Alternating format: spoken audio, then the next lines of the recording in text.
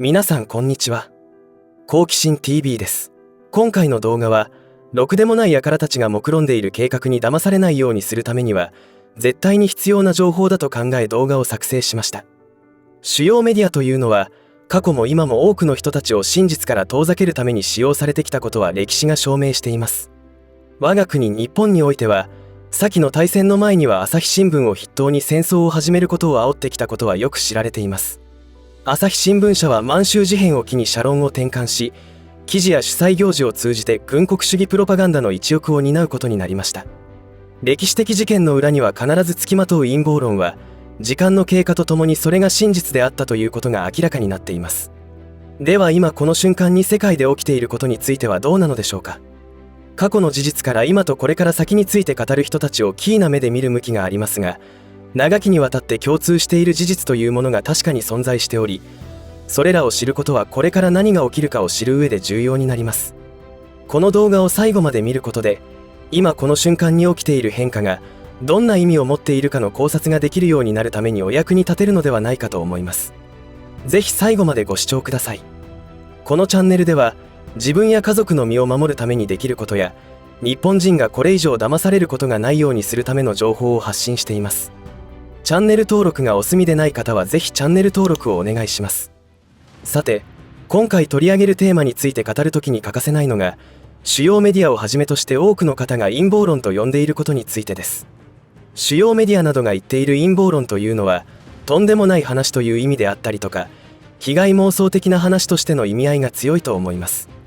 少なくとも私の周囲の状況で言わせてもらえば、私が発する情報に対して文字通りドン引きされているような状況なのですが、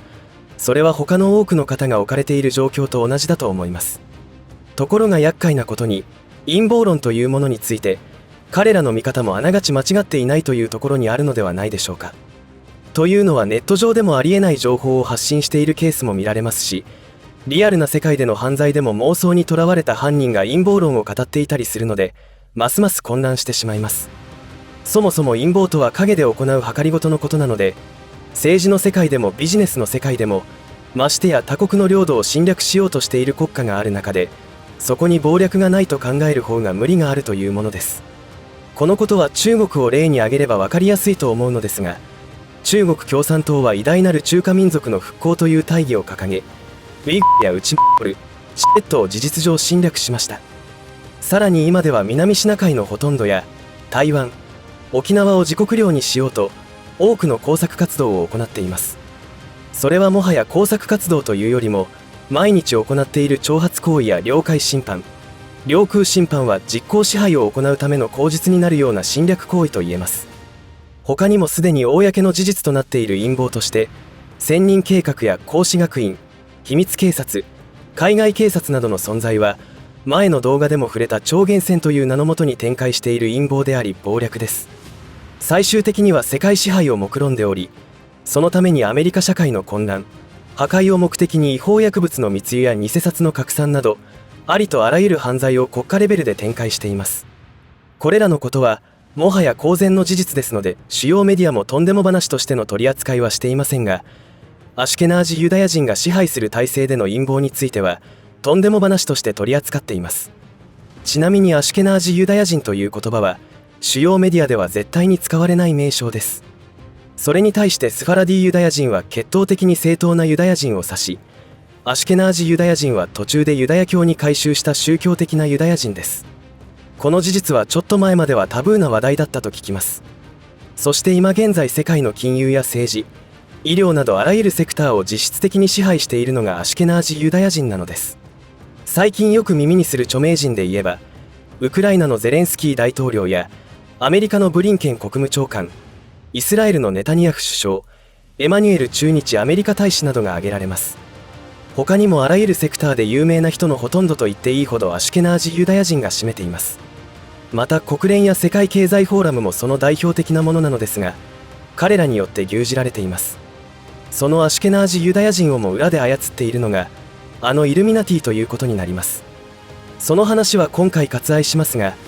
アシュケナージユダヤ人たちが計画した陰謀は世界中の歴史にその影響を及ぼしてきており、その事実はすでに明らかになっています。知らぬは日本人だけと言ってもいいと思います。そのような歴史が背景にあってウクライナとロシアの紛争が起きていますが、主要メディアでは語られていません。それはロシア帝国から現在のロシアに至るまでの長い歴史の中で起きていたことが今現在も続いており、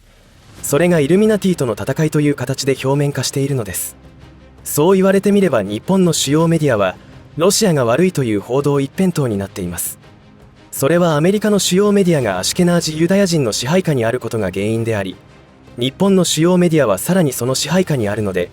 コピペで情報を垂れ流しているだけなので当然といえば当然です。ウクライナとロシアのどちらの肩を持つとかそんな次元の話をしているわけではなくて、今話してきたことが理解できないと、この先日本人にとんでもない試練が待ち構えていることに対応できなくなります。アシュケナージユダヤ人はただ優秀なだけならいいのですが、彼らは長い歴史の中で一貫して世界征服を目論んで様々な陰謀を計画し実行してきました。その事実に対しては冒頭でも言ったようにとんでも話という意味での陰謀論と片付けようとしているということになります。ところがその努力は虚しく、インターネットの普及とともに真実はどんどん明るみに出始めています。しかし日本人は主要メディアの洗脳を受けており、情報弱者に陥っているため、世界中の人たちがアクセスできている情報に疎い状態になっています。例えば世界経済フォーラムや WHO などは爆発的に増えている世界人口を大問題と認識しており、認識するだけでなくどのように減らすか、どのように増えないようにするかということを大真面目に考えています。問題は考えているだけでなく実行に移しているところです。ここまで来るととんでも話に聞こえるのですが、ビル・ゲイツがテッドで語っていることなので、その後にどんな否定をしてももはや信じるには値しないでしょう。英語圏の人々の多くはこのような発言を自ら聞いて知っているので、メディアがどんなにごまかしても通用するものではありませんが、日本人には効果てきめんです。仮に驚きしかない情報を耳にした時に、文字通り信じられないほど恐ろしい心境になったところに、慣れ親しんできた主要メディア様がそれはとんでも話だと言えば、そりゃそうだろうと納得してしまうことになります。そこには有名人や有名インフルエンサーが片棒を担ぐこともしています。ついでに言うと、このプラットフォームでの規制も国ごとに違っているという事実があります。他の国、特に英語圏でこのプラットフォームを見ると、2020年に世界を混乱に陥れた疫病に対するあれの弊害や副反応に関する動画がかなりの数が流されています。日本でしたら一発で動画が消されますし、アカウントも永久削除となっているでしょう。それなのになぜ日本の動画クリエイターに対してのみ厳しいのでしょうか。その正解は求めても出てこないことですが、憶測はできます。その憶測については今回は割愛しますが、私たちのように海に囲まれた環境で暮らしていると、他国を侵略するとか、いつ他民族が襲ってきて一家全滅となるかわからないというような危険を想定して暮らしてきていません。しかし大陸などの国は陸続きで、いつも危険と背中合わせで生きてきたわけですから、発想が我々とは大きく違います。大多数の日本人は他国を侵略するという発想がありませんが、大陸の民族は違います。これは歴史を紐解けばわかることなので憶測ではありません。世界の歴史は大航海時代からグローバル化が始まり、植民地支配が数百年続き、アフリカや東南アジアの人々は奴隷として悲惨な歴史を重ねてきました。世界で植民地にならなかったのは日本だけでした。タイも直接植民地にはなっていませんが、緩衝地帯になっていたという特別の事情がありましたので、真に独立国家を保つことができていたのは日本だけでした。その日本が先の大戦前に植民地支配という危機的状況に追い込まれ、アメリカと戦うことになったわけですが、その後に欧米から独立する国家が多数出たのも事実です。ところが、植民地支配は形を変えて今も続いていたというのが戦後に判明してきたことです。その支配の方法は武力だけではないということが現代の植民地支配方法となります。今岸田首相について、その愚弄ぶりや場当たり的な政策に対して非難轟々ですが、これはアメリカの指示によるものであって岸田首相自らが考え決めたことではないということだと思います。場当たり的と言われていることは、日本から金などのリソースを吸い上げようとするアメリカの思惑があるということで考えれば、一貫しており納得のいくことばかりです。つまり日本は明らかに植民地支配をされているということです。これらの事実は全て目新しいものではなく、その多くは一般人に知れ渡っていることです。もちろんアメリカの大統領選にまつわる情報を追っていると、アメリカ人全員がそのようなからくりに気がついているとはとても思えないわけですが、少なくとも発言の自由が日本よりも許されているので、真実を知る人が増え続けていることは事実だと思います。その証だと思えるのは、オランダにおける農家のデモであったりします。多くの国では世界規模で展開されているあらゆる詐欺に対して反旗を翻していますので、政府が勝手にご利用しして政策を決定できずにいると思います。しかし我が国日本の状況はそうではありませんので、これから政府が推してくる政策一つ一つには裏があると考えた方が良いと私は考えています。このチャンネルを通していつも言っている通り、食糧危機に対する備えと経済ショックに備えるための情報収集は欠かさないことをお勧めします。いかがだったでしょうか。世の中には世界を支配して自分たち民族が頂点に立ち、その他のものは奴隷となればいいということを真剣に考えて実行している者がいるということを理解する必要があります。というかこれは急務です。そうでもしなければ高い確率で後悔することになります。